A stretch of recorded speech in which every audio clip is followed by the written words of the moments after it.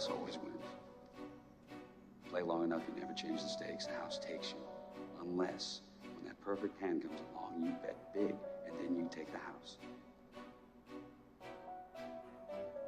Been practicing this good. A little bit. Did I rush it? Felt like I rushed. That was good. I liked it.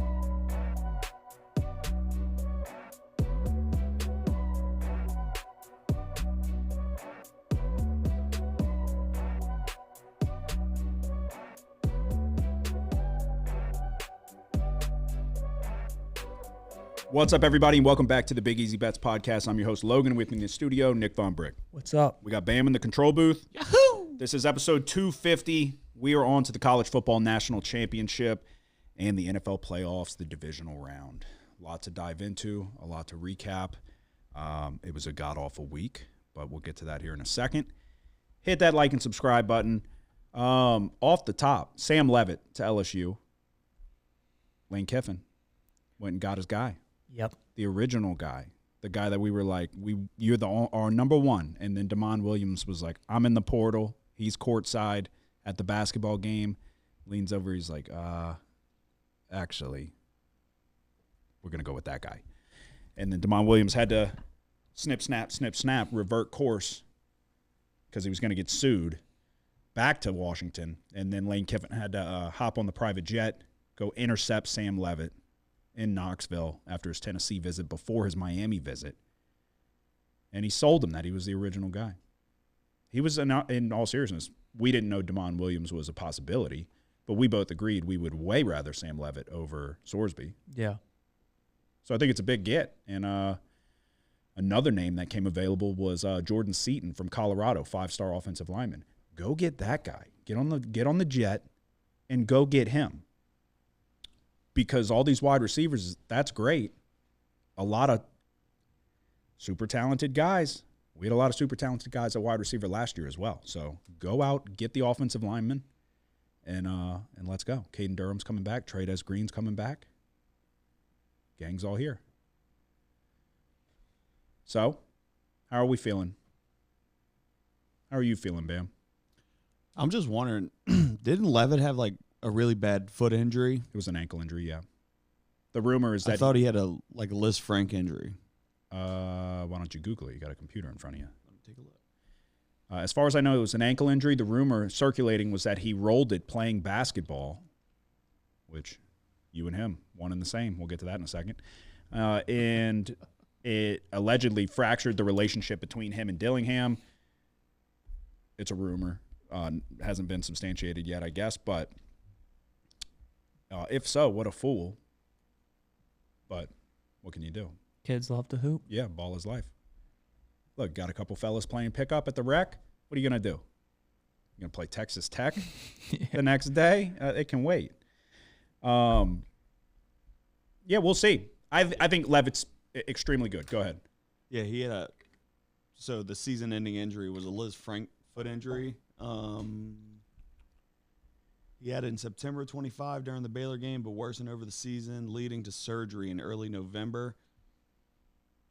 Long story short, he'll be fine. Go Tigers. I think he'll miss spring training, though. Ooh. Just saying. Ooh. Cares. Don't need it. No, I mean, regardless, he's the number one guy in the portal, Bam. What are you trying to talk? You trying to undersell us on it? I'm just saying that's something trying to knock us down a couple pegs? Liz Frank, what is that? Who's that named after? That a person? I don't know who it's named after, but You tell us all the time how much of a doctor you are. yeah. Okay. What's the definition of a Liz Frank injury? Are we sure it's not Frank? Because it's Franc, correct? Yeah, but the way we all learned it was Sure that's Liz Frank. And it's LIS, right? Mm-hmm. Sure that's not a Lee Frank? Could be. I don't know the origins. It's French. Yeah. Yeah. A Lee Frank injury. Yeah, he'll be fine. We saved our worst week for, ideally, the most optimal time now that the contest is over. But this is the face of rock bottom right here. I wore sweatpants for the last 6 days. I have eaten an unimaginable amount of food. Long story short, I'm back to fasting and trying to get my life back on track because this weekend was fucking terrible. This was a look in the mirror and find out if you're built for this or not type of weekend. And I am, and we'll be back, and the sun will come out another day. But goddamn. And we'll get to it in the recap. It was a bad week. It was like that close, razor thin margin away from being at least a profitable week, but it was not. What else? While we're on the topic of Liz Frank injuries, Lee Franks, Bam rolled his ankle playing pickup basketball, just like Sam Levitt. They're almost the exact same, other than a couple minor differences. Tell us how did it happen, Bam. Oh, dude. The backstory, we were playing poker the night before. Bam tried to cut out early because he had to go play pickup basketball. And I said, imagine the butterfly effect of, like, if you stay or if you go. So you might hurt your ankle. And I even told you, sorry about your ankle injury. I think you said Achilles. Yeah. Same thing. Yeah. What part of the body is the Achilles connected to? So go ahead. What happened? Pretty much going to try to steal a ball from behind, like whenever the guy was like running down the court. You're trying to pick somebody's pocket. Yeah. Okay. And I guess he obviously heard me coming. Boom, boom. Yeah, and he stopped to kind of just like gather step, I guess, to cut or something. And whenever he did, right foot on his ankle, inverted my ankle pretty badly. Immediately went down to the ground. I got a bruised knee too. Because of where you hit the ground? Yeah. Okay. And then which one hurts worse? I don't even feel the knee. Okay. The ankle hurts. But it was noteworthy enough to mention it. Yeah. What color is the bruise? Yellow? Or are we going past yellow to? It's kind of yellow. Okay. So you're fine. It's fine now, but like the day of and the day after, could barely walk on it. Had to been wearing a brace, walking around, been elevating, icing, all the acute injury protocols. Yeah. But it feels a lot better now. And probably won't play pickup basketball for a few weeks, but feels much better in one day. Yeah. Okay. Well, 2 days, but yeah. What do you think about that? Bam Still hurts. Bam sent me a picture in a brace, and now he feels much better less than 48 hours later. Yeah. If I you busted my ankle once pretty good. If you really roll your ankle, you're out of commission for a little while. Like, is it purple? It's not purple. Oh, okay. You rolled it. Yeah, You rolled That's your what ankle. I said. My Yeah, whole but foot turned purple. You sent me a picture in a brace. Yeah, I couldn't put any weight on it. You rolled your ankle. You know how many times I've rolled my ankles playing basketball my entire life? Lost count. I can remember. I never rolled my ankle. I can remember the worst ankle roll that I've ever had. It was at Pack with Logan Forrest. Rolled it. It was one of those. I was running underneath the basket, going to the opposite corner, and I just misstepped, and my toe caught the ground, and I just rolled the fuck out of it. Didn't step on anybody's foot, nothing. It was the worst. I thought I broke it. Couldn't walk on it for like a week. 48 hours later, Bam's fine. Bam will be playing pickleball in no time. You try to make me feel bad. You sent me a picture. I warned you. That's why you don't go to poker night and cut out early.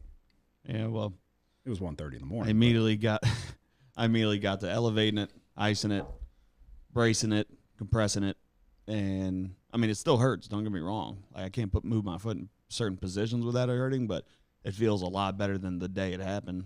I'll tell you that. Been soaking it in the cold plunge. Feels good. Better. What have you tried to, like, if it was the game was on the line, you wouldn't have tried to tape it up and go back in? Yeah. Like if They they would have really sat in the corner, splashed a couple threes, But if they really needed you tomorrow, you could do it. I mean, like No. a real game. Yeah. Oh no.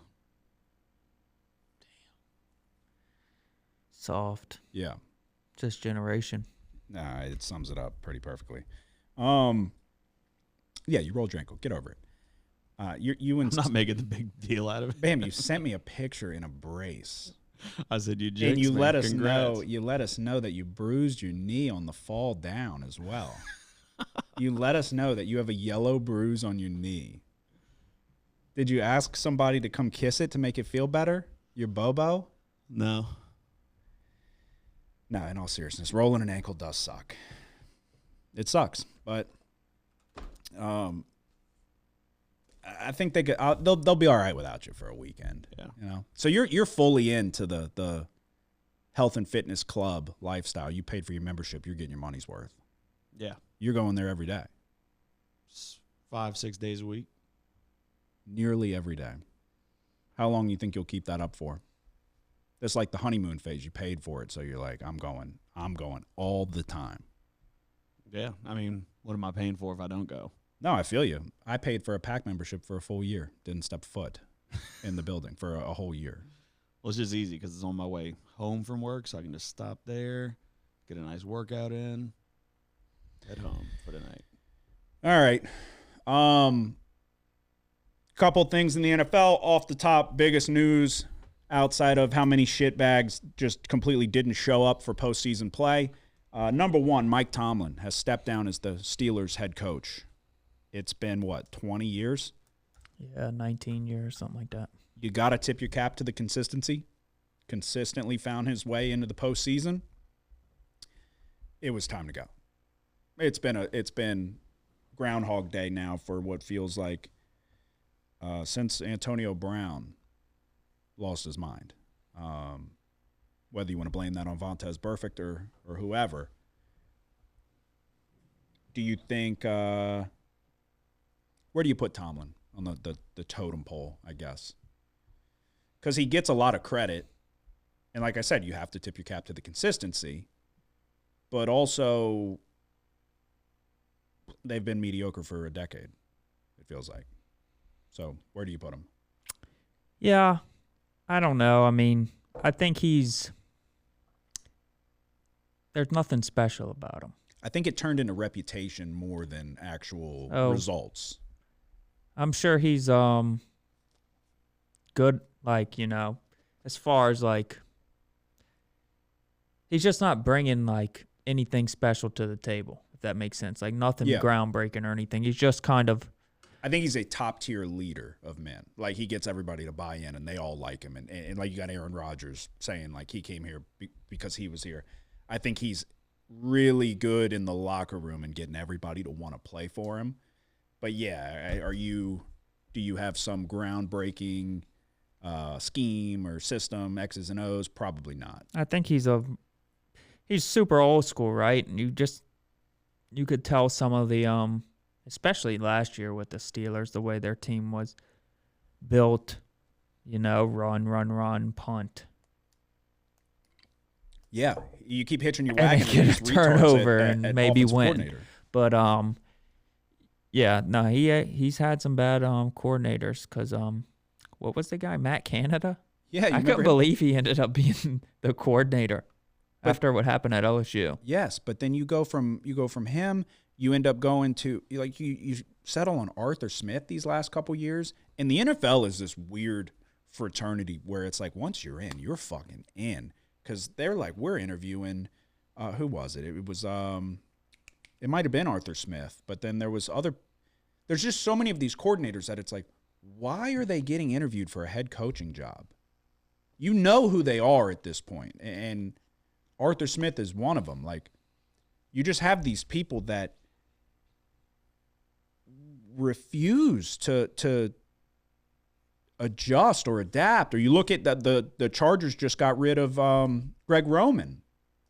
It's like what are these schemes? What you have these guys that it's clear like, okay, they're putting points up on the board. They're shitload of yards, like these next generation offensive schemes. And then you have these guys that are still coaching like it's the 60s and 70s. And yeah, you want to run it every single time, and we're going to roll out to the right and shorten the field and try to hit an out route. If it's not there, we're fucked. And it's just this archaic way of trying to run offense. But they keep conducting these head coaching interviews with these guys where it's like Arthur Smith is not a good coach. He's proven it. We saw it in Atlanta. You managed to take an abundance of offensive weapons and do nothing with them.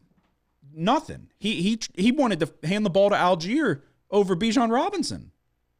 I remember I had Bijan his rookie year in fantasy that year. They handed it to Algier. It was like a 50-50 split. It's like, buddy, you got a generational talent at running back. Why are we not giving him the ball every play? And they do that now. And he just fucking torched the Rams the last time they played.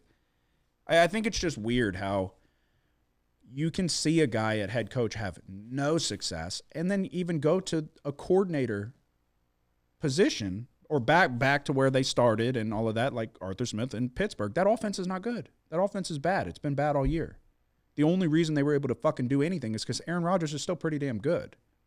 You put Mason Rudolph back there, it's doing absolutely nothing. Even in their last game, I took Warren over 1.5 receptions. He got 1.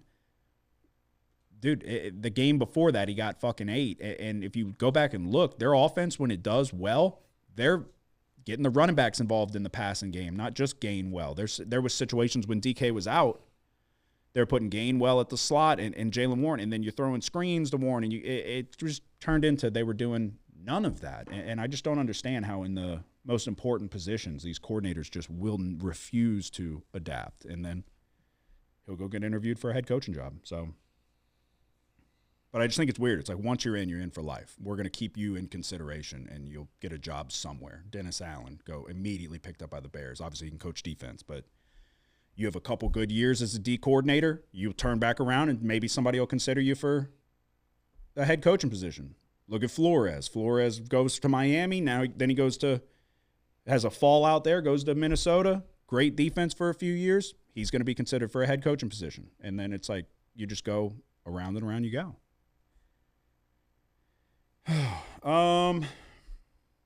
That's really pretty much all I got. We don't have a lot to get into. You got the national championship. You've got the divisional round of the NFL playoffs. And so not a ton of picks up on the board this week, but a lot of important games and a lot to break down, I guess, from that standpoint. So I guess we go right into the college recap. Yep. It'll be a shorter episode this week. All right, let's see. We'll start with, obviously, we had the 2 games in the semifinals. We started it off with Miami and Ole Miss. So the question mark here coming in was, how would Ole Miss do with the pass rush of Miami? And I got to be honest with you. This was an incredible game. And I had such a fucking horrendous weekend betting. And, like, to throw salt in the wound was that if you were just a fan, you were treated to an unbelievable weekend of football or week of football. When you think about the college football playoff, obviously Oregon, Indiana was a boat race, but Miami, Ole Miss was an incredible game. Rams, Panthers came down to the wire, incredible game. Bears, Packers, incredible game. Like top to bottom, Bills, Jags down to the wire. It was an incredible weekend of football. And I just got bent over all weekend. Miami won 31-27.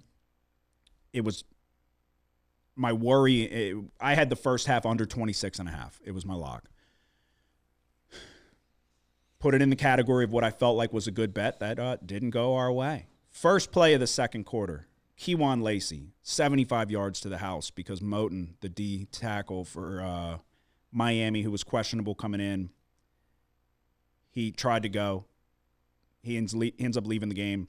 So you've got a second string on the D line in the interior, right through the A gap, 75 yards, untouched, touchdown. That fucking killed us. We had 30 points scored in the first half. There was 3 points scored in the first quarter. And my worry was that towards the end of that game, it was going to get a little squirrely, and I didn't want a full game under, which it was, 52.5, 53. So it went over either way you look at it. Just you take away a 75-yard explosive, and we're at the window. So it is what it is. You were on Miami, -3.5. Did Carson Beck exercise the demons and silence the doubters? Ran in the game-winning touchdown. Ironic he didn't do it with his arm. Yeah, I think a little bit. I don't know. This game was kind of annoying, even if you were a Miami bettor, because It really felt like Miami was dominating this game on the line of scrimmage, both sides of the ball, and it just wasn't amounting to a point margin, So, Yeah, they did dominate this game. like even at halftime, they were up 4, I think. Mm-hmm. 17-13. It's like it felt like they should have been up 2 possessions. Mm-hmm. But and then in the second half, you kind of expected Ole Miss to rally there at the end, and they did. Yeah, you got to give credit to Chambliss, but I mean, you look at Ole Miss; they were 2 of 10 on third down. Miami won the time of possession battle, 41 minutes to 18 minutes. So, yeah, they just couldn't capitalize and pull away. And if you take away, like literally, you look at Kejuan Lacey; he had 103 yards rushing. He had 75 on one play. You take that away, they absolutely bottled up the run. I didn't come away from this one like, wow, the Miami defense is. I didn't really feel like it was a knock. They scored 27 points. You scored 2 touchdowns in the fourth quarter. So yeah, it's college football. It gets a little dicey there. They're trying to not lose the game, and it's college football. Chaos happens at the end of these games in a lot of cases. But yeah, so Miami 31-27. Bam, what side were you in this one? I had the under 52.5. Yeah, that's right. So I had first half under. You had full game under. Both losers. Second game, Oregon and Indiana. Oh man. So, this was our one winner of the week, over 47. Indiana hit it themselves. It is funny. We watched this one before the game. I said I do see a scenario where Indiana beats the brakes off of Oregon. I don't see the opposite. I leaned Oregon. I said it on the podcast. I thought it was going to be a close game. I didn't see a scenario where Oregon does what Indiana did to them. I didn't see Oregon dropping 50 and holding Indiana in the 20s. We found out what we figured to be true. It's now no question. Indiana will beat the fucking life out of you, and then when you're dead, they're going to pick you up and slam you on your lifeless head, and then they're going to piss on you. Cignetti gives 0 fucks and will run the score up as much as he possibly can. Fernando Mendoza was in the game with like 5 minutes to go, running. He was running him on design quarterback runs with fucking 5 minutes to go, up 35. Kurt Cignetti's a madman, and he needs to be stopped. I don't think anybody can stop him. But you were also on the over. It was your lock, so we got a double winner there. But you were also on Oregon plus 3.5. So let us know why you think Dante Moore fucking sucks. Talk about tank your giraffe stock. Oh, yeah.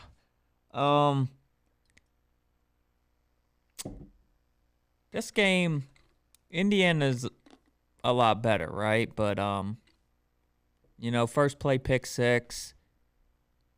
And then. Yeah, I think Indiana had 28 points with like in a span of plays that took like 27 yards of offense. So yeah, you handed them. You come out the gates, you throw the pick 6, but then you had the strip sack inside the 5-yard line. Oregon gave them the fucking game right out the gates. Yeah, so it was. Oregon got knocked out of their game plan pretty quickly here, and you kind of look at some of the luck here, where the ball was up for grabs when Indiana had it a couple times too, but they were able to recover and get back on the ball. It's like, I don't know, you wonder if some of that goes the other way, what would have happened in this game. It's like maybe they just win by 21, Yeah. Because that's what it seemed like. But well, it was momentum is a big thing, especially when you're at this level of the game. In the NFL, teams can get back in it because they're professionals. Yeah, these when are it's college kids and they're, he just threw a pick 6. They did end up tying it, I think, right? 7-7. Yeah, well, that's the thing. So you throw the pick 6, you come right back, 14 plays, 75 yards, an 8-minute touchdown drive. You tie it up. You're back in it now. You're back in it right there. They should have been able to calm themselves and settle in. The problem is Indiana's fucking good, and they bounced right back with an 11-play, 75-yard drive that took 6.5 minutes themselves. So took serve right back, and then Oregon turns right around and goes 3 and out. Not only did they go 3 and out, they ran the ball every fucking time. 3 runs, nothing. So you got down to a 3rd and 2, and you ran it for a loss of 1. So now you're down 14-7, and you're giving the ball right back to them. I don't know. I thought the game plan for Oregon stunk. I think Dan Lanning, we got to put Dan Lanning in the category of wildly overrated. I don't give a shit about the recruiting class. That's what they say every single year. Look at our recruiting class coming in. Yeah, you've got Phil Knight money with a blank check and a guy who, if you play him twice, you're going to beat him because Dan Lanning's an overrated fucking coach. Not only did you, this is back-to-back years that you've lost in the college football playoff, but this is back-to-back years that you're down fucking 30 at halftime, getting your doors blown off where it's non-competitive in the second half. Ohio State, I think it was 38 to, what was it, 38 to 6, 34 to 8, something like that. Just absolutely getting obliterated by teams that you are familiar with. These are teams in your conference. They beat Ohio State last year. Ohio State turned around and embarrassed them. You lost by 10 to Indiana this year. You lost by 30 in the rematch. So, and then Dante Moore, just, my God. Dante Moore stinks. Holds on to the ball way too long. He's going to be in that category. He needs to come back for like another year if he's going to have a successful NFL career, in my opinion. Yeah, I don't think he will come back. He'll probably go to the Jets, and then the Jets are going to do what they do every year. But that's the whole statistic that the Mannings love, where it's like you need X amount of college starts under your belt. I think this guy's only started 15 games in his career. And it showed. This was the best defense you've seen all year. You've struggled against them both times you played. And in this one, you struggled mightily when it mattered most. But it's like we said in that first – goddamn, Fernando Mendoza, 17 of 25 touchdowns. In that first matchup, we talked about it where it's like there was opportunities there. He just held on to the ball too damn long. He didn't want to let it rip. It was the same thing. It felt like the same thing. He's just sitting there holding it in the pocket, patting the ball. You know? Yeah, and then the second turnover where the running back hits it while he's trying to throw a screen. It's just like, the game was jacked from the jump, but. Yeah, and they had injuries at running back, and they were putting DBs at running back, and they had stuff that they had to deal with. But, yeah, that was very unfortunate to turn it over right there in the fucking inside the 5. You gave it. That was the nail in the coffin. You gave the game away right there. Bam, you were on Indiana. Good pick. Yes. Yeah, like I said, it's easy to hit an over of 47 when Indiana scores 56. So I go 1-1 on the week. Nick goes 2-1. You hit the lock though. Bam, you went 1-1. 1-1. That brings me to 68, 89, and 4, the worst year I've ever had in my entire fucking life. Next year will be better. I give you the guarantee. 7-13 in my locks of the week. Nick is 59, 59, and 3. 13-7 in his locks of the week, though. Bam. You are 40, 40, and 1. 9-9 in locks of the week. And that means you two are tied. But Nick's got the edge in the locks of the week, the most important bets of the week. But for the overall record, it comes down to one game to decide who wins. I say next year, we got to incentivize it. We got to come up with some type of way that it matters in terms of whoever has the best record gets something, you know? Like what? Money or a trophy, or we could come up with a trophy. We got one over there. We just rebrand it. But we got to come up with something. Incentivize it in some way. We'll think on it. Each league? Yeah, I would say so. Makes it more interesting, you know? I mean, Bam, first year coming in and fucking possibly going to get the crown in college. You're the only hope. You got to take him out. So, under normal circumstances, you could say your locks are worth 2 units, but if we wanted to add it up that way, but we'll go overall record. So 1 game to go. The national championship, Miami, Indiana, in Miami. You've got the Hoosiers laying 8.5 points. This line, money's been pouring in on the Hoosiers for good reason. Total sits at 47.5.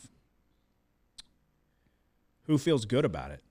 I'll defer to either one of y'all. Bam feels good. You want Bam to lead it off? No, because he said he's just going to copy me. So He's obviously not going to do that, Bam. There's nothing riding on this. Do you think I'm just gonna bet what you Yeah. bet and fucking lose money?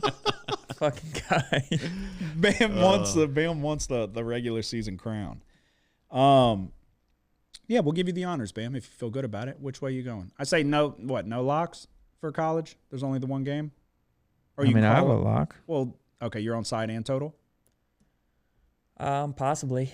I'm not going to play the locks music then. We don't need to Okay. split it up into different segments. It's such a short one, you know. Which way are you going, Bam? You going with the Hoosiers or the Hurricanes? I'm actually going total here. Wow. I'm going to go over 47.5. Over 47.5. Interesting. What about you? I'm going Indiana minus 8.5 for sure. I lean under though. I lean under as well, but I also lean Miami, which means nothing. But let's talk about it. So let's kind of try to break it down a little bit. Indiana beat the brakes off of Oregon. The biggest question is going to be, can Miami's defense contain what appears to be just a non-flashy juggernaut? Nobody on the team. It's just the style of play, the personnel. There's nothing flashy about them, but they're as efficient as they come, and it's really what it boils down to. But Miami's defense is expected, for what it's worth, to be at full strength. You've got Mesidor hurt the forearm or the elbow in the last game, but he did come back. He's leading the team in sacks with 10.5. Equally, if not more important, is Ahmad Moten Sr., the D tackle. He was the one I referred to when he tried to come back from injury, couldn't go, left the game relatively early. You see Kewan Lacey right up the A-gap, 75 yards for a touchdown. They said he's been a full go in practice. You've also got the defensive back, was it Frederic? Same thing, expected to be a full go. There's a tight end dealing with a concussion that is probably not going to go, but that's okay. In the grand scheme of things, the more important people are expected to be back. The way I'm looking at it, and this would play into the way you're considering an under, I think, like I went back and watched Ohio State, Indiana in the Big Ten Championship, 13-10, Indiana won. So I'm looking at it, and it's what did Ohio State do? That they were able to contain this Indiana offense who just put 56 up on Oregon, who just put up whatever it was, 30-something on Bama. You got to take the 56 with Oregon with a little bit of grain of salt. You had, like we talked about, you had a pick six first play of the game. You had a fumble inside the 5. The game goes out the window at that point. So they had a ton of points that were put up on the board with not much effort that they had to really do. So I think Miami is capable of duplicating Ohio State's defense, and obviously you got to stop the run. This is one of the tougher run defenses in the country. The difference here is that this Miami pass rush is far superior than the Ohio State pass rush that we've seen this year. So I question, oddly enough, because Fernando Mendoza is playing incredible, he will hold on to the ball to let plays develop. And we've seen him. He tried to turn the ball over a couple times against Oregon.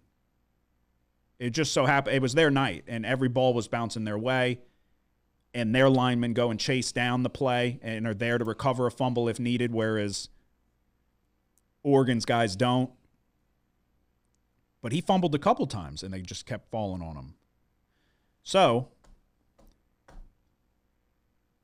on the flip side of that, I think the number one path to success for Miami is only if this game goes under. and you have to lean on the run with Fletcher, who's been running his ass off this entire postseason. Another 22 carries, over 100 yards. You have to lean on him. You have to control time of possession. You cannot give Indiana the ball back, and they're just too efficient. So you gotta control time of possession, which is exactly what they did against Ole Miss. It didn't translate to enough points. But also, too, you had a ton of busted coverages from Ole Miss on the back end that you're not going to get with Indiana. They're just too buttoned up. They're too well coached and well prepared that you're not going to get that. Maybe you get one. You got like 3 or 4 against Ole Miss. So good luck with Pete Golding, you jackasses. But I do lean Miami at 8.5. But more than that, I lean the under. I'm taking the under. Let me put it that way. But I do lean Miami 8.5. What? You're kind of the opposite.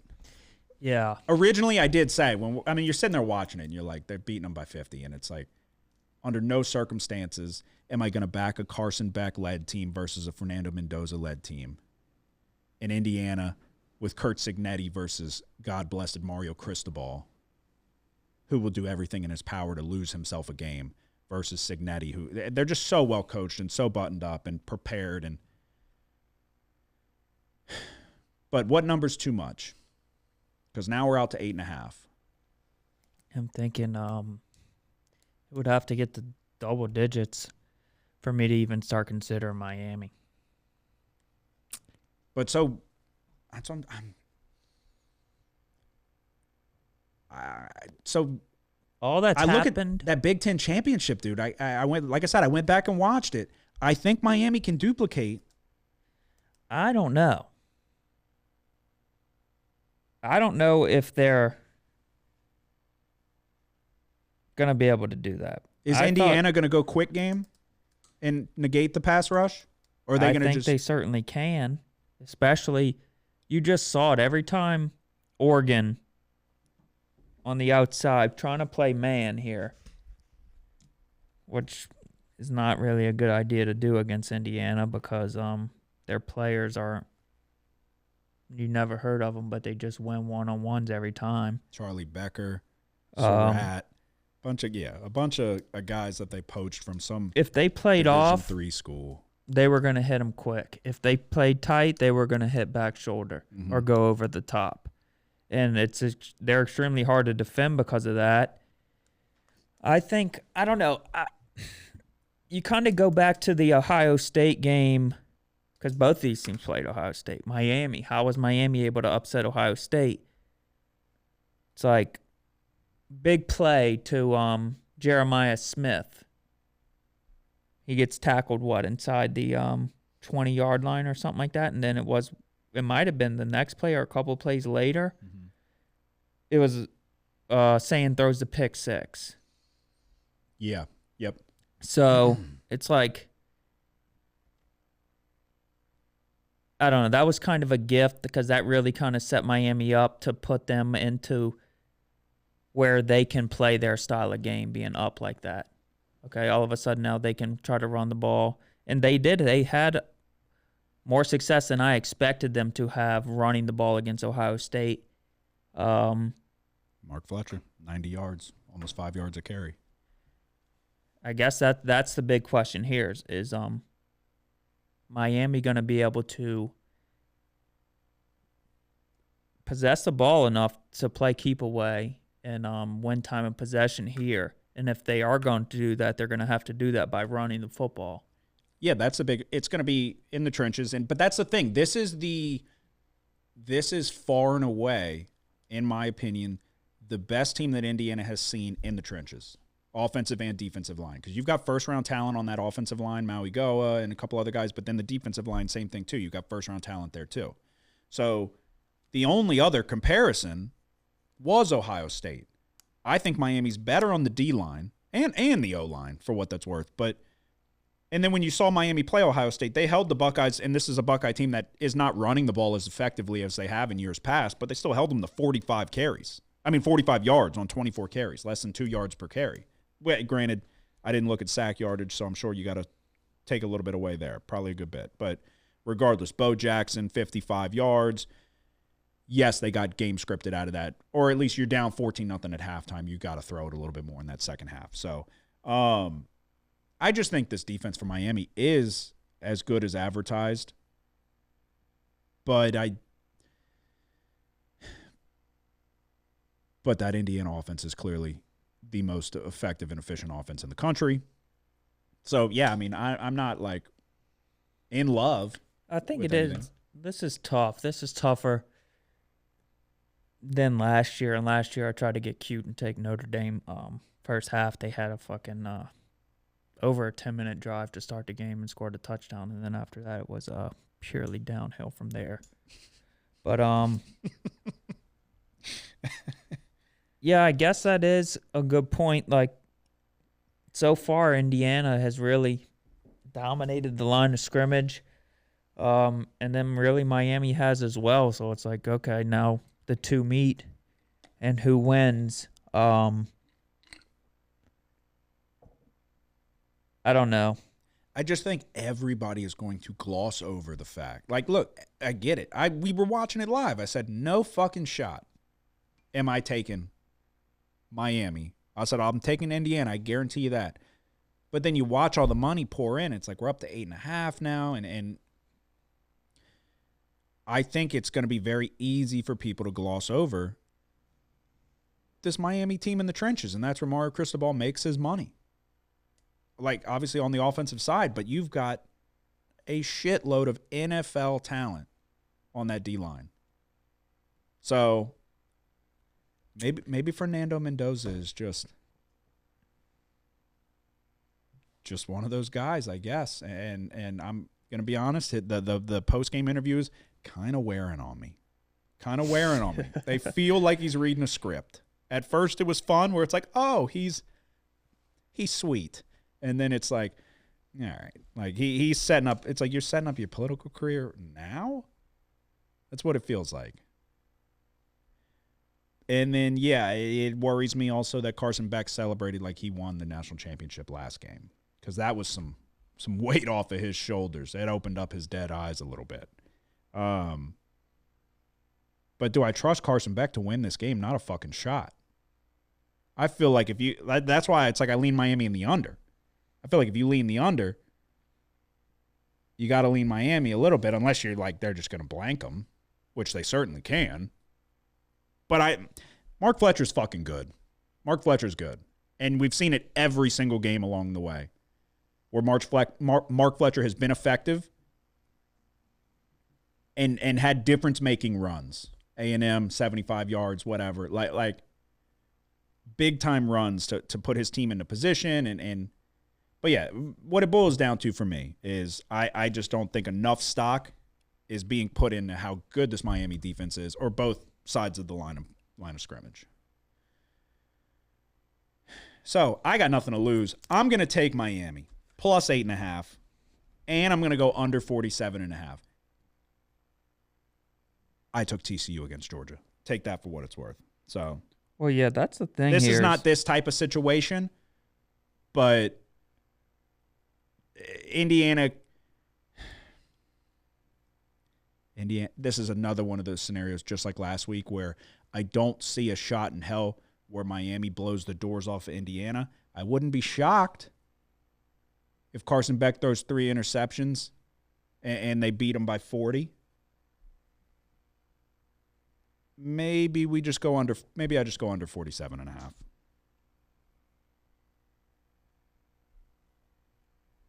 Yeah.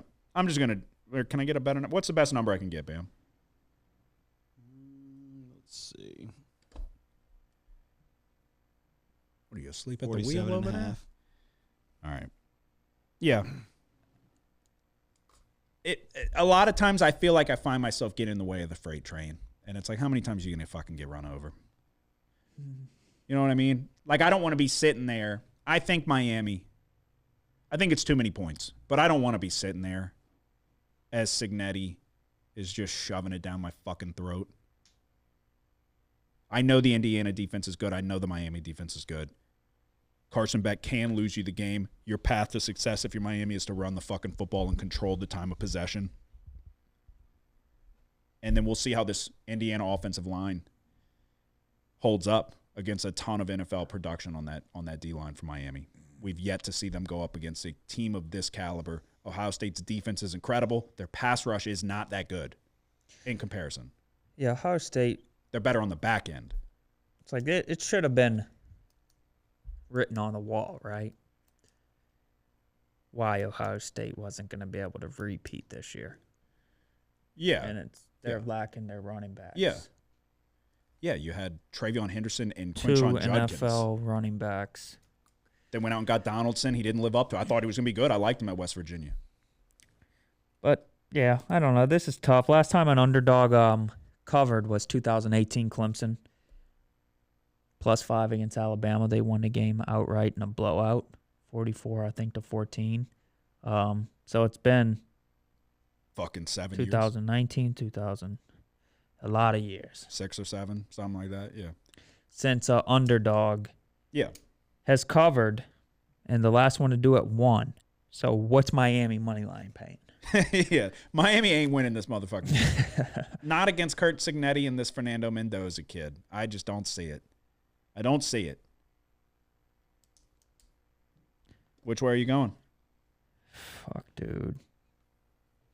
Now I'm kind of having second thoughts because Don't let me sell you. This has been a fucking train wreck. What do I know? What do I know?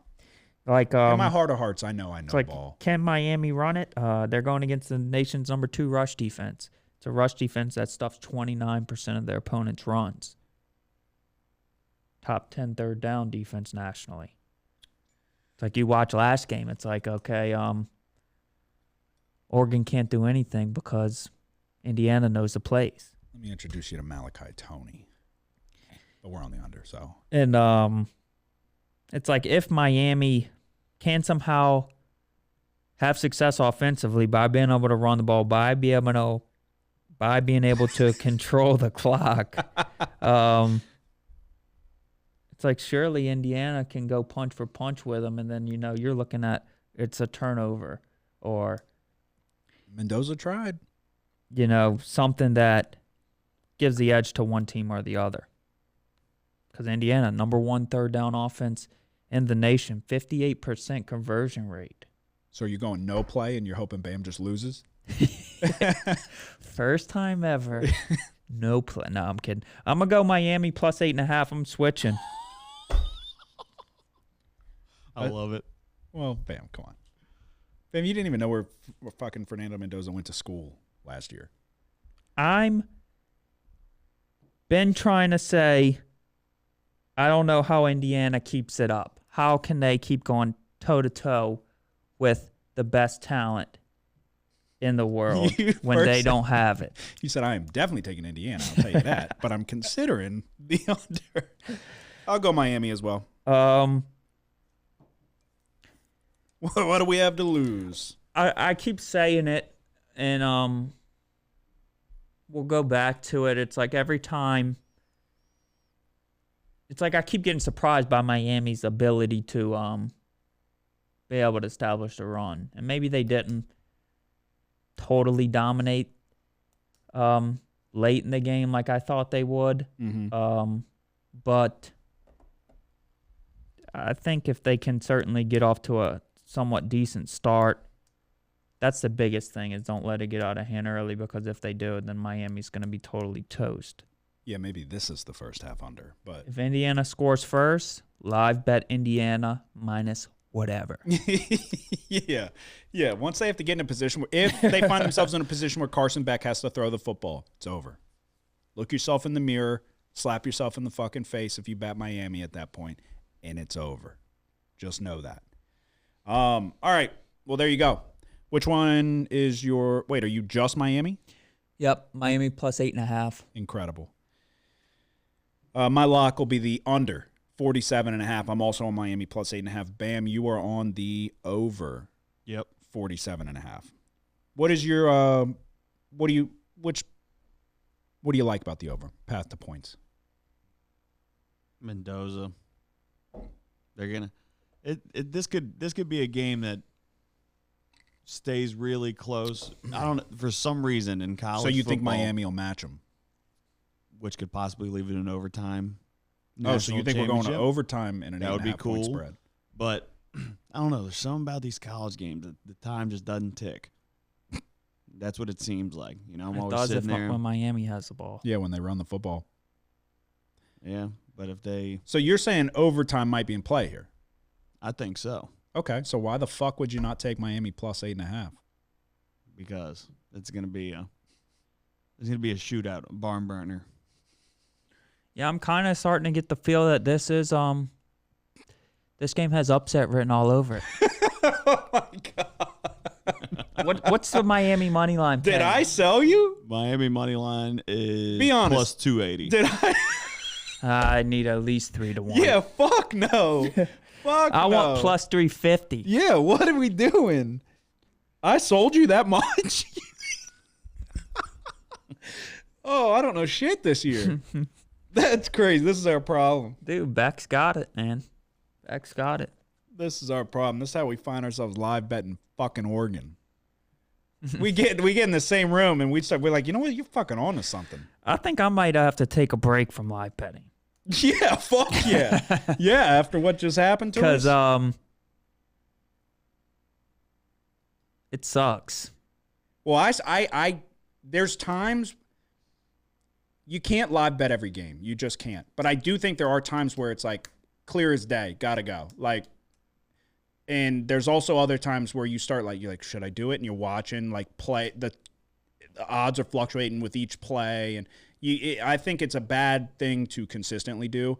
I think there are clear opportunities when it makes sense, and there are times where you can jump into it. But if you're consistently doing it, I don't think it's a good recipe Yeah, I for success. think it's like a lot of times we get into the habit of live betting the team that goes down. Mm-hmm.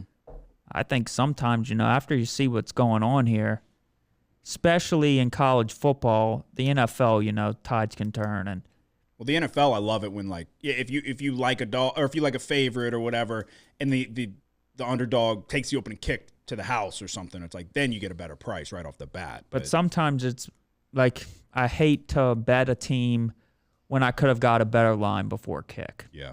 If I'm doing it live. But like for example, Sunday night I ended up taking the Patriots minus 3.5 for plus money. Mm-hmm. After I saw a couple drives and I saw the way they kind of were able to establish the run. Chargers were able to move the ball too, but Fucking red zone. yeah. And quite frankly, the Patriots gave them too many opportunities there because Drake May wasn't taking the best care of the ball in the pocket. Yeah. Well, yeah, we're jumping ahead though. So I sold you then on Miami that you think they're going to win this fucking game outright. Yeah, I think it's going to be a close one. Kane's alive. All right. And Bam does too. Bam thinks this bitch is going overtime. Might sprinkle. Probably plus 4,000. I'm not. Oh, on overtime. Yeah, okay, yeah, you're a psycho. I'm not betting Miami money line. Not doing it. Kurt Cignetti's going to get a fucking national championship under his belt. You see that guy on the sidelines? But you never know. We'll see. There you go. That is our best bets for college football to close out a season. Won't call it a good one. You could call it the worst one, but it was a season. Next year will be different. Next year will be different. I give you my word. Too much emphasis, not too much. Not enough emphasis was put on college football. Not an excuse, just a fact. I was all in on the contest this year. It paid off, not as much as it should have. But next year will be different. And we just got, whatever. Next year will be different. We move on in the NFL. And that is where we made our money this year, but not last week. It was a fucking disaster from top to bottom. And when I tell you it was that close to not being a fucking disaster, I sat right here. I told you you'd never hear from me again if the Rams lost. And oh my God. Oh my God. We didn't have action on the podcast on it. You weren't on this game, right, Bam? No. Okay. Actually, yeah. No. Sorry. Which one is it? Were you on it or not? No, I wasn't. You sure? Did you scratch it out? All right. I thought you said Packers or something. Okay, well, bam, stay locked in. Would you get off of TikTok? The Rams did absolutely everything in their power to allow the Panthers to hang around in this game. And then when it came time to win the game, Matthew Stafford did what he had to do. Incredible back shoulder throw to Parkinson. My God, we needed it, as we've talked about. We have the future on the Rams, plus 550. Could have got plus 600 if we shopped. Bad move. But you also decided to hop on the Rams wagon with a future. Yeah. And then they almost immediately lost. Right? And I bet Jacksonville to win the Super Bowl. I was going to say, you could keep that one to yourself. Fuck. Oh, man. I am also sitting with a Seahawks ticket. I've got 2 tickets. Seahawks 12-1. Rams plus 550. Rams for significantly more. We need the Rams. We need them bad, especially after the week that we just had. The Rams will get us back from the dead.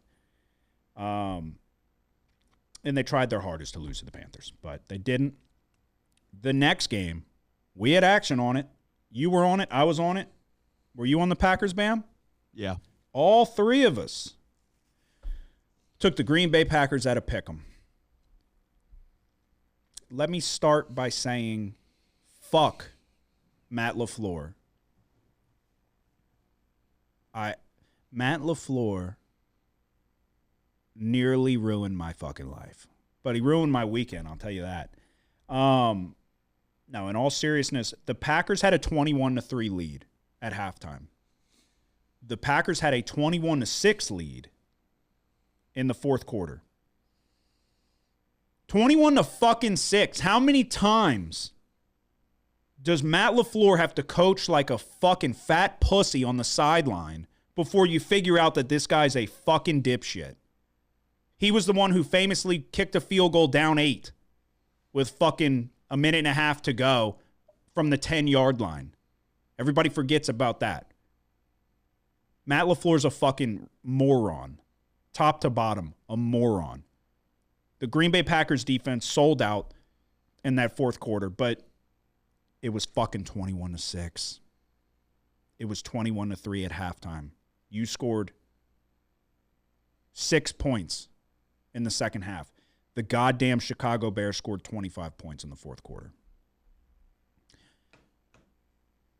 As improbable as it gets, another 99% chance of victory, basically, game that we're on the wrong side of, and the snowball effect that this game had on my weekend, it would make your fucking knees weak.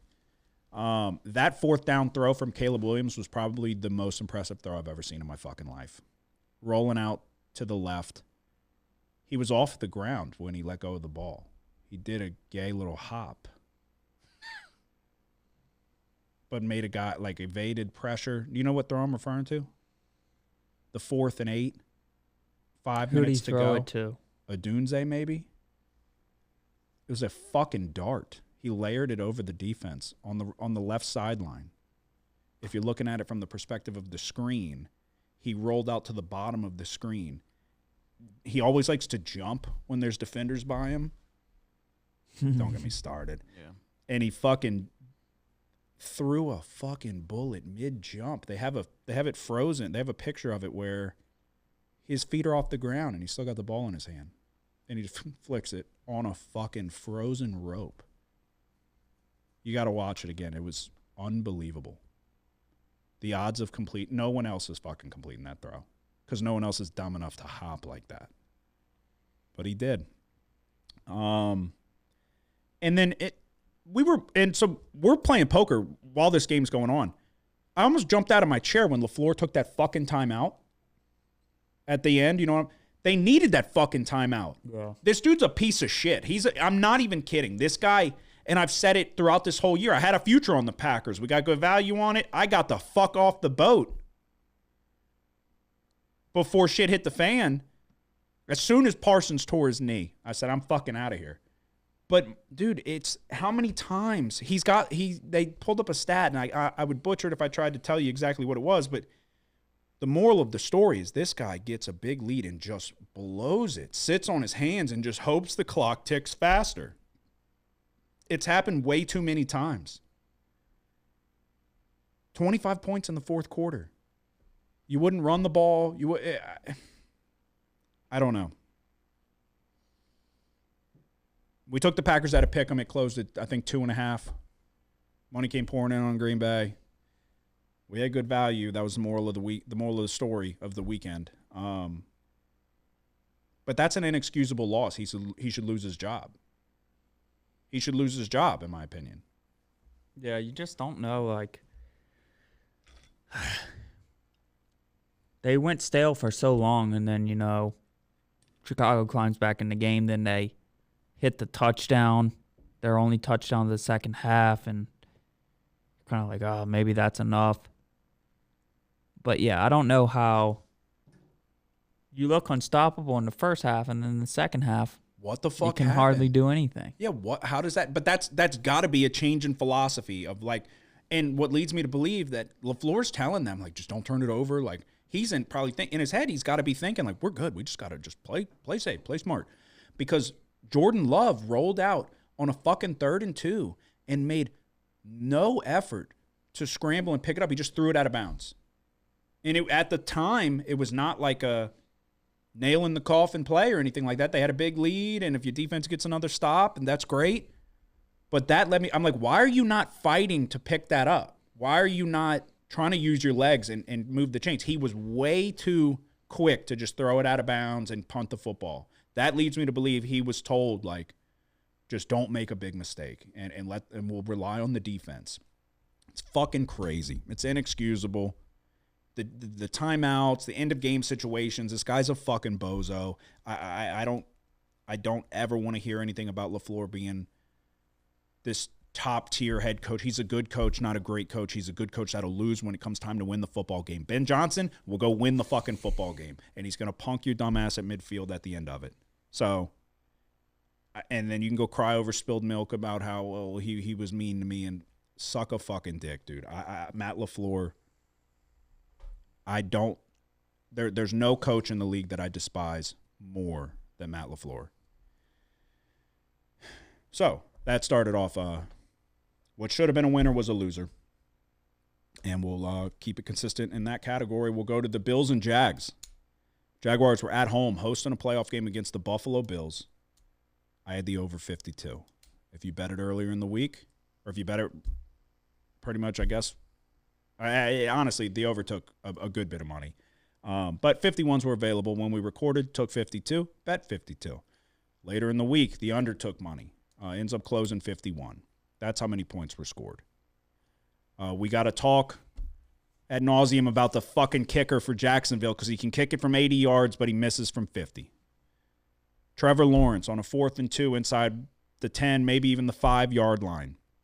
Decides to scramble, slips. Doesn't get it, just barely misses it by inches. Josh Allen goes and wins his team the football game. Trevor Lawrence has the opportunity with enough time to go get in field goal range and tie it or win it. First play, interception. Threw it in a fucking double coverage. Trevor Lawrence sucks. Trevor Lawrence is the epitome of not that guy, and he won't ever be. So if you're a Jaguars fan, go fuck yourself. You're wasting your time trying to sell yourself on Trevor Lawrence being the guy he's not. The amount of points that were left on the field in the first half killed me. We missed the over by 1. Put it in the category of, I'm very doom and gloom because this was a fucking train wreck of a week. This was the worst week I've had in probably my life, if I'm being honest with you. So that was tough. You were on the Jags, +1 was your lock. Yeah. Sorry, go ahead. Did you think they should have let him kick that one before halftime that he missed? No. There was, what was it? There was some bullshit. Oh, yeah. They were hurrying up, and they said he got the snap That's off right, he with the definitely defense offsides with a half a second or something. Definitely didn't. And I was like, yes. I was like, this is fucking huge. This is huge. It would be huge for you, huge for the over. No shot did he get it off. It was clear as day. that he did not. Yeah, I didn't think so either. That was, what's his name? Brad Allen. And then he missed it Dumbass. anyway. Yeah. Oh, he can make it from so far. Fucking dude.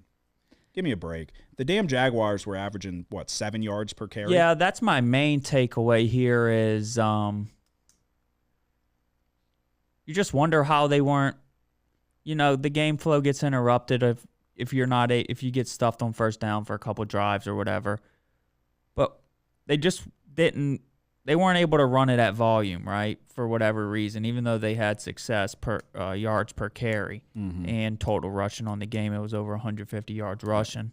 I guess maybe even Liam Cohen maybe wonders why they weren't able to run it there more, especially at the end of the game, where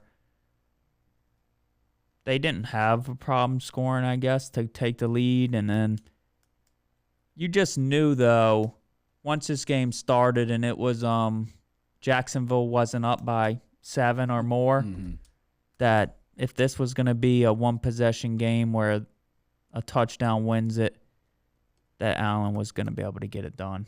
Certainly felt like that. And that was kind of why I just took the over. It's because I didn't want to there was so much reason to take the Jaguars. But when it comes down to, did I want to back Trevor Lawrence versus Josh Allen if it came down to that type of game, which is what it did? That's the outcome that's going to happen more often than not. Trevor Lawrence just stinks, dude. He stinks. Yeah, as an athlete, he's just I just don't get how you don't get that first down. No, I don't either. I don't get how you can let something like that happen. Yeah. And that's the difference, though. How can you be a pro and Josh Allen's not letting that happen. That's not happening for Josh Allen. That's the difference, though. People are just not good enough, and that's what it boils down to. You get your feet tripped up or whatever, you lose your footing, you panic, and you try to oversell it. Moment was too big. Like, the pressure was too much at that point. So, unfortunate. And then we had Eagles minus 4.5. We blindly tailed Bam. We felt like it was the right side kind of coming in. I was not going to take it. But then we said we'll take it, whatever Bam takes. Luckily, at the time, Bam took the side we were considering. Fast forward, another loser. What do you have to say for yourself, Bam? Anything? Jalen Hurts fucking sucks, man. Yeah, no, the Eagles suck. I'm glad it happened. Get them the fuck out of here. The offense stinks. Hurts stinks. A.J. Brown's worse. Fucking crybaby ass bitch.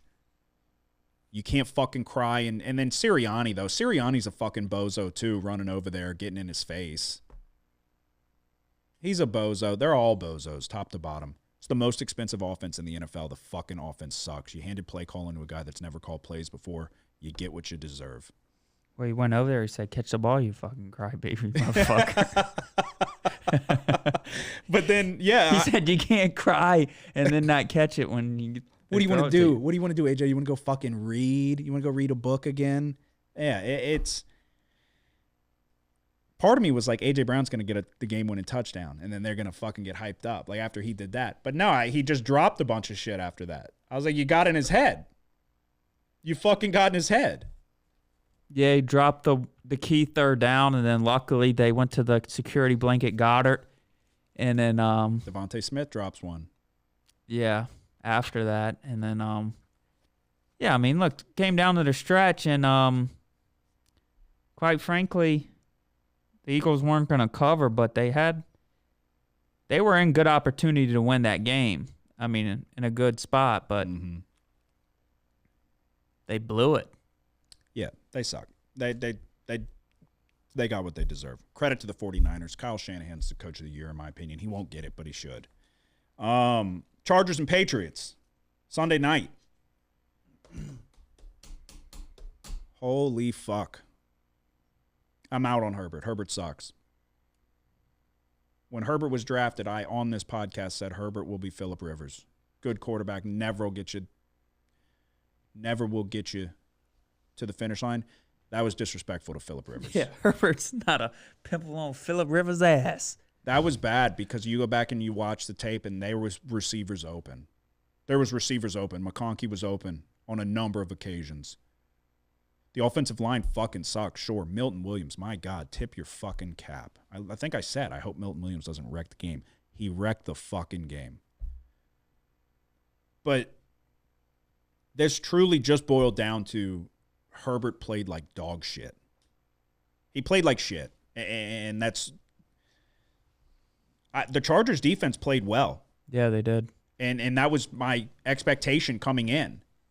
You got the fucking ball on, what was it, a tip ball at the line? You get the interception inside the 10-yard line. You come away with nothing. Justin Herbert is I have completely, after what happened last year with the 4 interceptions in the postseason, I've completely flipped script. Justin Herbert is an overrated quarterback. I don't give a fuck what you do in the regular season. If you're going to go piss down your leg in the postseason, that's all I need to know about you. And it's like, fool me once, shame on you. Fool me twice. You got me the fucking third time. So I felt like the Chargers defense played more than well enough to cover this number. You get the late touchdown there to put it away for the Patriots.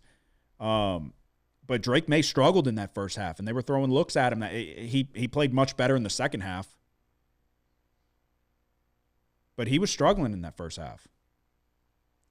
Yeah, and there was how many fumbles did he have? At least 2. Yeah. I don't see the exact number, but yeah, I mean, you had I think it was 2. Yeah. But yeah, that was the big thing. Will Campbell kind of struggled a little bit in this game. Oh, I thought he struggled mightily. Because he was the reason for Khalil Mack was fucking him up. For one of them. The guy they got from the Ravens beat him around the edge, and he forced the first one. Yeah. No, Campbell struggled. He did. Were you on this one, Bam? I was on the over. Yeah. Loser. And then the final play on Monday night, Texans and Steelers. The one winner of the week, under 39.5, turned into a sweat because Aaron Rodgers started just fucking throwing pick sixes and allowing scoop and score touchdowns. I was like, Jesus Christ. I was like, just put it on brand with the weekend. The Texans beat them 30-6. And C.J. Stroud played fucking terrible. That I started questioning, are they going to go to Davis Mills? C.J. Stroud couldn't catch the snap. Some of them were not great snaps, but he was like, there was a couple he was just dropping them. I was like, is he okay? He played bad. 21 of 32, 250 yards, a touchdown and a pick, but Woody Marks went for 112 yards. That was the whole thing. They can never run the football. They were running it all over Pittsburgh. As soon as they were doing that, I was like, they're going to handle him, no doubt about it. They scored 23 points in the fourth quarter. Going into the fourth quarter, it was 7-6. So this was not as dominant as the scoreboard looks. You got those late scoop and score and pick sixes, and that made it look like a whole different ball game. But yeah, I honestly didn't watch till the end, and when I woke up this morning, I said, "What the?" Yeah, I thought it was a close game. Yeah. I mean, there was a chance there. Luckily, the Steelers had packed it in on that last drive, so they were just running the football ready to get out of there. But yeah, so I go 1-4 on the week. Look, it's been an incredible year in the NFL. This was our worst week by far. We have not had 2 bad weeks in a row. I don't plan on starting now. 1-4 brings me to 56, 40-1, 12-7 in my locks of the week. The Texans Steelers under 39.5 was my lock. So you got the most important one, but we did not find enough winners to get to the window. You 0-3, your worst week as well. 38, 29-2, 12, 6-1 in your locks. Bam. Houston -3 was my lock of the week. And that was the only one I won. So went 1-3, puts me at 35, 33-2, 10-8 in locks of the week. That's 2 locks of the week in a row. All right, Bam. We're not. What do you think? That's a streak or something? Let's get to 3. It's a start of one. Let's get to 3 before. No, 3's a streak. 2 is just 2 in a row. Yeah, it was. Look, for what it's worth, and it's worth nothing. We had CLV on pretty much every single play. We're on the right side of what felt like every play. Eagles -4, 4.5 goes out to 6.5. I think doesn't fucking matter. So But it leads you to believe that you were just on the wrong side of a couple bad bounces, which I could say that for 2 of them. 2 were just bad.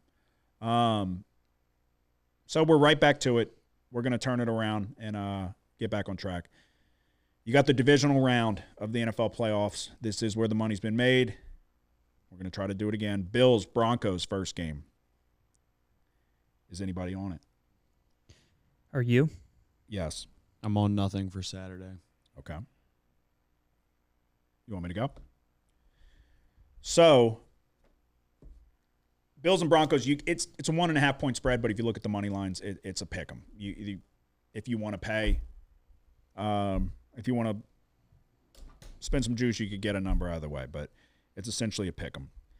So bear with me because there is a lot to unpack here. The NFL did a funny scheduling thing where they gave the 2 teams with the first round bye, being the Broncos and the Seahawks, they gave them 2 opponents that played on Sunday, and they have to turn around and play on Saturday. So not only do the Broncos and the Seahawks have rest, they have additional rest. They're also playing 2 teams that are coming off of a short week.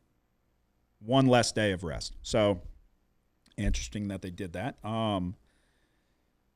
But there's a lot to unpack here with the injury situation for Buffalo. Josh Allen, obviously nursing the foot injury for a few weeks now. In the game against Jacksonville, he got evaluated for a concussion mid-game, nearly had a gruesome knee injury, and then he hit his throwing hand on a helmet. So he was literally listed on the injury report, I think, with a foot, knee, and hand. And that glosses over the fact that he had to be evaluated for a concussion. So he put it all out on the field. But that's just the quarterback position. Now you go to the wide receiver position. It's a skeleton crew for the Buffalo Bills at wide receiver.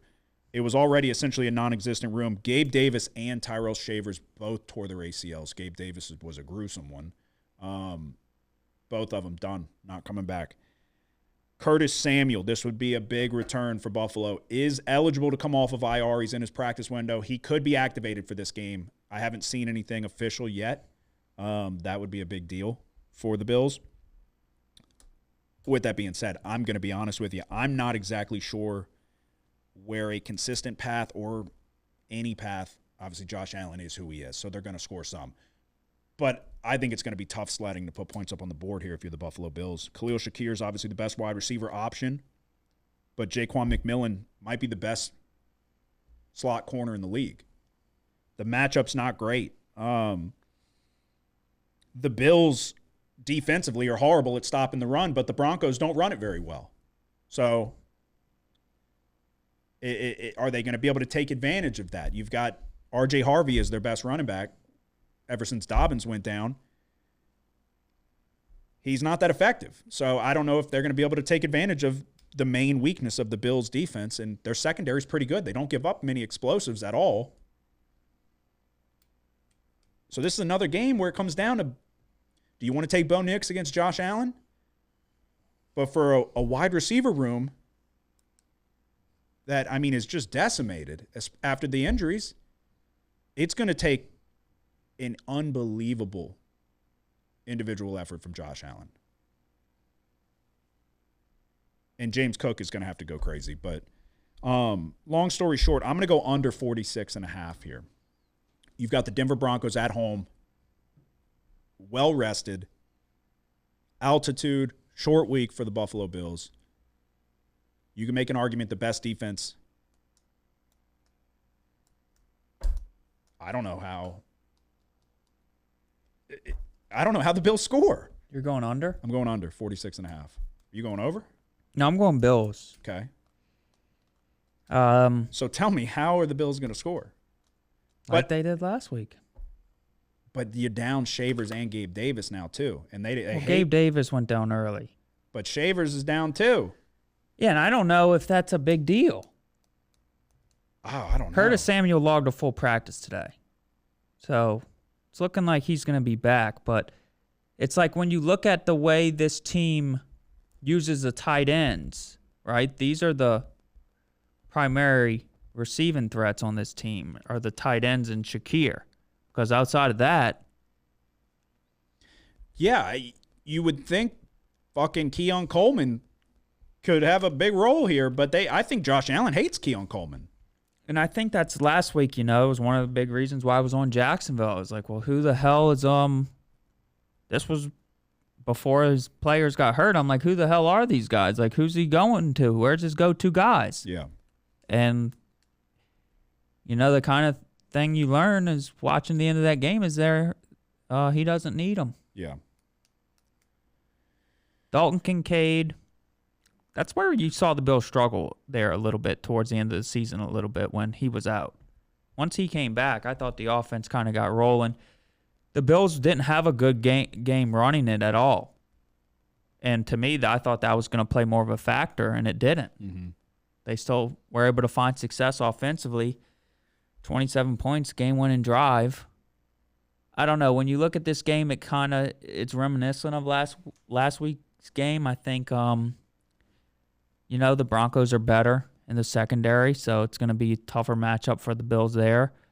But when I look offensively, I think Jacksonville's better offensively than 100%. Denver for sure. And I think the point you mentioned where,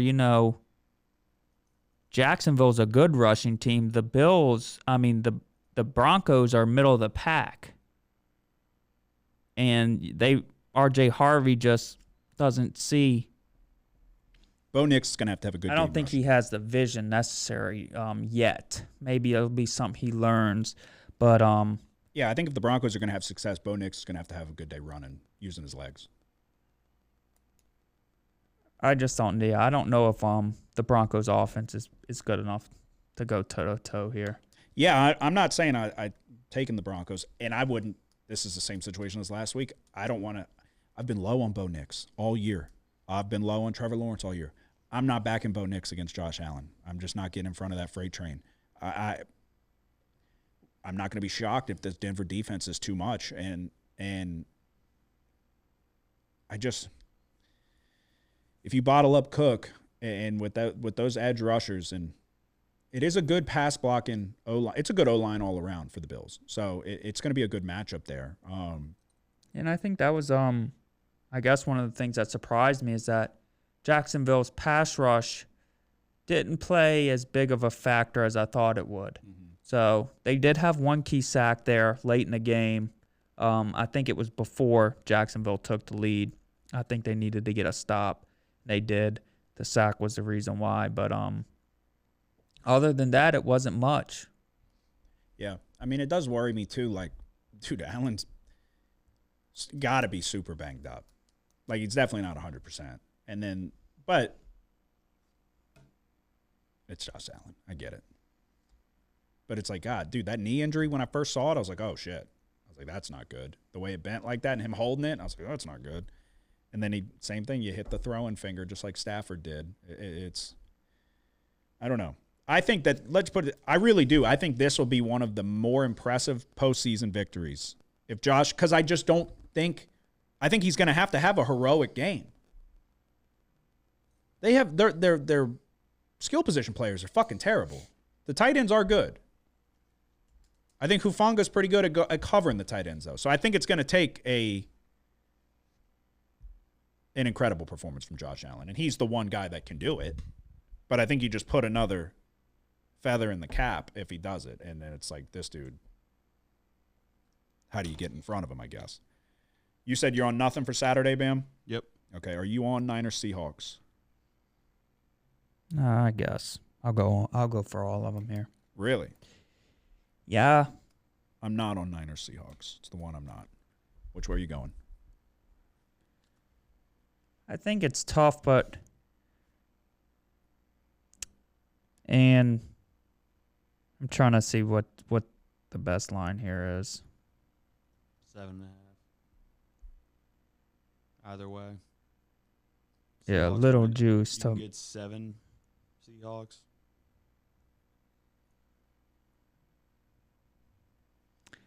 I'm going to go plus the points here. And I don't love it. But I don't know. I wonder. The Niners are banged up. They don't have many weapons either.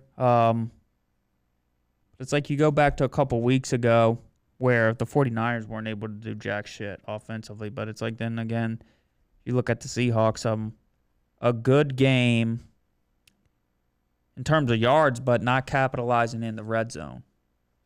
I think the Seahawks were 0-3 in the red zone when they played the Niners just a couple of weeks ago. So, I don't know. I think it's too many points. There's not really a whole lot reasoning behind it other than that. No, I lean that way too. I just wonder if it's a game that might be low scoring again and then like a 21-14 win for the Seahawks here. Yeah, over 7, the only way I could look is the Niners, but I don't feel comfortable enough doing it. With Kittle tearing the Achilles, that's fucking terrible. And did you see that post that went viral about the electrical substation right next to the 49ers field? No.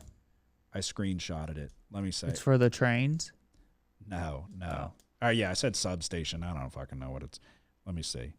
I read this whole thing, and then I totally forgot I read it. And then Kittle goes out and tears his Achilles. It's from Peter Cowan. He posted it early January. Low-frequency electromagnetic fields can degrade collagen, weaken tendons, and cause soft tissue damage at levels regulators call safe. And he did he said we have a real-world case study proving this. An NFL team whose practice facility sits next to a massive electrical substation. And then he has the map of it, where the 49ers practice is directly next to this electrical substation. And they're saying it's causing the tendon issues. Drake Greenlaw tore his Achilles just running onto the field in the Super Bowl. Kittle just tore his Achilles. McCaffrey was dealing with an Achilles issue all last year. He goes through this whole thing. Fred Warner. Yeah. He goes through this whole thing. They're the most injured team in football. And they're right next to this electrical substation. Unbelievable. But I read he's got a whole thing in like a website and all of that. Like he's been doing all this research into it. And then Kittle, just the very next game, tears his Achilles on a routine. He was just trying to fight off the defender. I don't know. It's worth looking into. I like a good conspiracy theory. And they are always hurt. Always. Anyway. Yeah, I would lean that way. I think it's too many points. Not having Kittle is a big loss, obviously. But did they not have him last time? I don't recall. He was out around that time. He may have been back for that one, but yeah, the key thing here is like a thing to watch out for is if Pearsall can go. Yeah. Because he played one. Like, he's been banged up this year with the same type of injury he's dealing with now, but he played one of those middle games, like towards the end of the year. Maybe it was the game. It was Chicago, and I think he went off against Chicago. Mm-hmm. So that's definitely a player to look out for as far as someone that can contribute to their offense. Yeah. Yeah, like I said, outside of a touchdown, it's too much for me. I'm not saying they're going to upset the Seahawks. I do think that Seahawks defense is incredible and the real deal. But a divisional opponent for the third time, and I do think Shanahan has done an incredible job coaching. So I wouldn't. It would be Niners or nothing for me. But with that being said, like I said, I'm staying away from it. So we go to Sunday, Texans and Patriots. So which one is y'all's lock? We got two games: Texans, Patriots, Rams, Bears. Which one's your lock? I guess it's got to be the last one now. Yeah, that one's mine too. Bam. Mine's actually the first one. Okay. But I'm on both sides of that, so I can give one of them. You mean you're on side in total? Yes. Okay. Which one are you on that's not your lock? New England, -3. Interesting. Because I don't know how to. Okay. Nico Collins going out, that's going to kill the Texans. Yeah. I think. I think New England's offense is good enough to put some points up on the board. Okay. But what C.J. Stroud showed us last night just isn't promising with a really good New England's defense also. So I just think this is where Houston's dreams come to die. Yes. Okay. Yeah. It probably tells you where I'm going with my lock. Yeah, I guess maybe. We'll see. Yeah, so I'm also on this game. Texans, Patriots. In New England, you got the Patriots laying 3 points. Total sits at 40.5. As Bam just so eloquently put, Nico Collins is out of this game, and it's going to kill the Texans' offense. But you know who's also out of this game? Do you know, Bam? I'm assuming. Not off the top of my head. I'm assuming. It's not confirmed. Nico Collins got carted off with a concussion. He ain't coming back. Christian Gonzalez also got a concussion. Did not return to the game. When you don't get carted off, I would say there's a better chance that you could clear protocol. I'm going to assume he's not going to clear protocol. Milton Williams returned for the Patriots and absolutely wreaked havoc. I do think C.J. Stroud played really bad and like almost so bad that it can't get much worse. I was very pleased with how Woody Marks ran the football. Long story short, I'm going to take the points with the Texans. And I'll tell you why. The Chargers far and away were the best defense that Drake May has seen this year. And I thought he struggled. I thought they threw looks at him that confused him, and he played much better in that second half. But this Texans defense, in my opinion, is better, significantly better than the Chargers. And I think in the secondary, what they're going to be able to do, outside of a Stephon Diggs, who is not what he used to be, still a good player, but he's not what he used to be. Outside of Stephon Diggs, I don't love the skill position players. I think Drake May is playing at an incredible level and is probably worthy of the MVP. But he's played an extremely soft schedule. This is the toughest defense you're going to see by a mile. I do think Will Campbell struggled. You got a tougher matchup this week. It comes down to, I think this Texans defense is going to really be able to bother Drake May and this New England offense. We've seen the Bills take this team completely out of what they want to do. Am I worried to back C.J. Stroud? Yeah, you bet your ass. Nico Collins being out is a loss. But Nico Collins has good numbers. He's been banged up a little bit this year. Went over 1,000 yards again. He's a good wide receiver, but I don't know. I think that the Christian Gonzalez loss is more significant than Nico Collins because Christian Gonzalez is far and away their best guy in that secondary. So if you trade best receiver and best corner, that Patriots defense is good. I don't think it's great. I'm taking the Texans +3. What are your thoughts? Yeah, I could go either. Texas. What? Getting What did he say? nothing. Bam. Know your role, okay? Jesus, guy. I was in the middle about to say something. You just, No, I don't what if he even- lost his train of thought? Just hit the buttons, would you? I wonder about Gonzalez. You think he's going to go? I don't know. I was surprised they took him out. Well, what do you mean? He fucking. I was watching him in real time. He's like he look. At first when I'm watching him, I'm like, what happened to him? And then you see the replay, and he fucking slams his head straight on the ground. Making the tackle, right? Yeah, but he slammed face first, not back. So that's why I was. But he showed like he was doing shit, like he was seeing stuff. But he doesn't. When you get carted off like Nico Collins, they're not letting you come back next week. He got carted off fucking crying. Yeah, I do think that is a big key to watch out for, though. I mean, I guess, that's something you won't know till really late in the week, close to kickoff probably. And I'm quietly, dude, I see Stroud make some throws, and I'm like, he is good. He's just dumb. Yeah, it's like I agree with you where, the writing's kind of on the wall. You saw it last week, the Patriots struggling to protect Drake May a little bit. That's going to be a lot tougher test here against the Texans. But then again, it's like I also can see the Texans having issues protecting Stroud like they did early on this year. It's like 100%. So I believe in that Texans defense. And I want to back the Patriots. The Patriots are the fun team right now. And Vrabel, everybody loves Vrabel. And Drake May's going to win the MVP. And I can't get there. I think the Texans defense is going to fucking prove a point. And they're going to win in spite of Stroud. But I think you're going to get a better game out of Stroud, if I'm being honest. And Woody Marks ran the ball well. And I thought that the O-line did well run blocking. It's like, goddamn, figure something out for Milton Williams, please.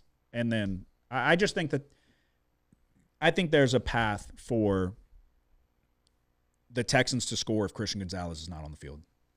So they do. They like to run those deep crossers and Higgins and like they have capable wide receivers. They're just going to be down Nico Collins. I get it.